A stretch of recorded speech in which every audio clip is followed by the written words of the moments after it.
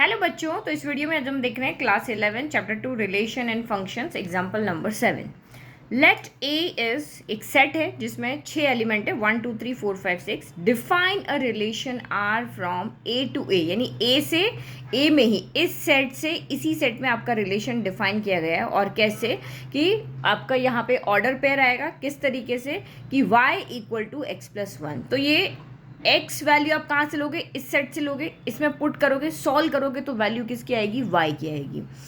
अब आपको फाइंड क्या करना है, तो फर्स्ट आपको depict this relation using an arrow diagram. तो आपको एरो डायग्राम के थ्रू इस रिलेशन को दिखाना है and write down the domain, codomain and range of R. तो ठीक है, तो डोमेन, को डोमेन, रेंज तो जब हम लिख पाएंगे जब हम यहाँ पे रिलेशन को डिफाइन कर लेंगे। तो ये रिलेशन है, अब इसको हम पढ़ेंगे कैसे, तो आप यहाँ पे देखो, पहले हम इसको सॉल्व कर लेते हैं। ठीक है, तो x जो है वो यहाँ से आएगा, इस सेट से आएगा, तो इसमें सारे एलिमेंट है 1 2 3 4 5 6, तो ये सारी वैल्यू x की हो जाएगी। तो जब x इक्वल टू अगर हम 1 लेते हैं तो इसमें वैल्यू पुट करो, ये हमारी इक्वेशन है, इससे हमें यहाँ की वैल्यू मिलेगी। यहाँ हम x की वैल्यू पुट करेंगे तो यहाँ हमें y की वैल्यू मिलेगी जो कि x प्लस 1 के इक्वल है। तो y कितना हो जाएगा, y हो जाएगा आपका x के 1 रखो तो 1 प्लस 1 यानी कि 2 हो जाएगा। फिर x की जगह अगर मैं 2 रख दूं तो y की वैल्यू क्या हो जाएगी, 2 प्लस 1 यानी कि 3 मिल जाएगी। x की जगह पे यहाँ पे अगर मैं 3 रख दूं तो y की वैल्यू 3 प्लस 1 यानी कि 4 मिल जाएगी।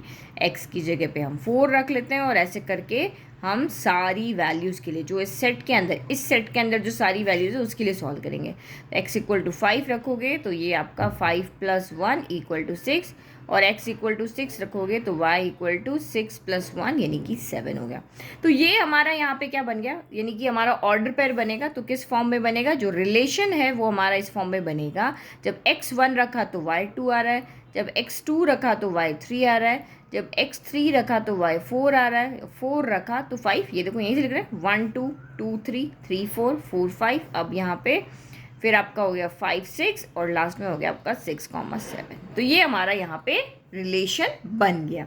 अब इस रिलेशन को हमें एरो डायग्राम की फॉर्म में दिखाना है। तो पहले डायग्राम बनाए, ठीक है। तो हमने डायग्राम बना दिया, ए से ए के अंदर रिलेशन डिफाइन है, तो सेट ए के सारे एलिमेंट यहाँ लिख दिए, यहाँ भी सेट ए के सारे एलिमेंट इस तरह से लिख दिया। अब यहाँ रिलेशन देखो, पहली वैल्यू हमेशा एक्स की होती है, दूसरी वाई की है। तो 1 का रिलेशन किसके साथ है, 2 के साथ है, तो 1 को हम 2 से यहाँ पे कनेक्ट कर देंगे। ठीक है, फिर 2 का रिलेशन 3 के साथ है, तो 2 का रिलेशन 3 के साथ, 3 का 4 के साथ, तो 3 का हमने बना दिया 4 के साथ, 4 का 5 के साथ, तो 4 का हमने बना दिया 5 के साथ। ओके, और 6 का आपका किसके साथ, अच्छा 5 का 6 के साथ है, तो 5 का हमने 6 के साथ यहाँ पे रिलेशन बना दिया।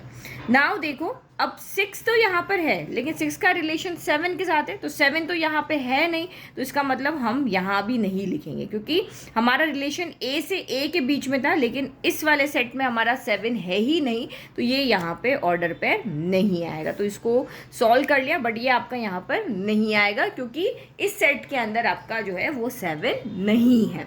तो ये हमारा यहाँ पे क्या हो गया, एरो डायग्राम यहाँ पर बन गया। अब आपको लिखना है डोमेन, को डोमेन और रेंज। तो इस तरह से याद रखो, डी आर, मैंने इस फॉर्म में याद रखा, डी आर। तो यहाँ से आपको मिलेगा डोमेन। डोमेन का मतलब यहाँ पे क्या हो गया कि जिसका भी रिलेशन बन रहा है ओनली वो लिखना है। तो ये आपको यहाँ से हमें पहले वाले सेट से मिलेगा डोमेन, यहाँ से डी मिलता है, यहाँ से आर।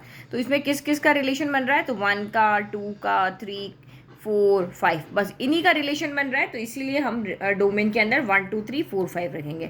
और रेंज मतलब क्या है, रेंज मतलब जिसके साथ रिलेशन बन रहा है उनको लिखना है। तो किस किस के साथ रिलेशन बन रहा है, 2 3 4 5 6, तो ओनली ये लिखेंगे, 1 नहीं लिखेंगे क्योंकि 1 के साथ यहाँ पे किसी का रिलेशन नहीं बन रहा है। जिसका रिलेशन बनेगा वही इसके सेट में आएगा। तो 2 3 4 5 और 6 यहाँ पे हो गया। अब इसके बाद कोडोमेन। तो कोडोमेन यहाँ पे क्या कहलाता है कि जो हमारा सेकंड वाला सेट है उसके अंदर जितने भी एलिमेंट है वो सारे आपके कोडोमेन हो जाते हैं। तो ये पूरा का पूरा इसके अंदर जितने भी एलिमेंट है वो सारे क्या हो जाएंगे, कोडोमेन। तो ये हो गया 1 2 3 4 5 6। तो इसमें क्या होता है, कभी कभी कंफ्यूजन हो जाता है, तो इस तरह से याद करो DR।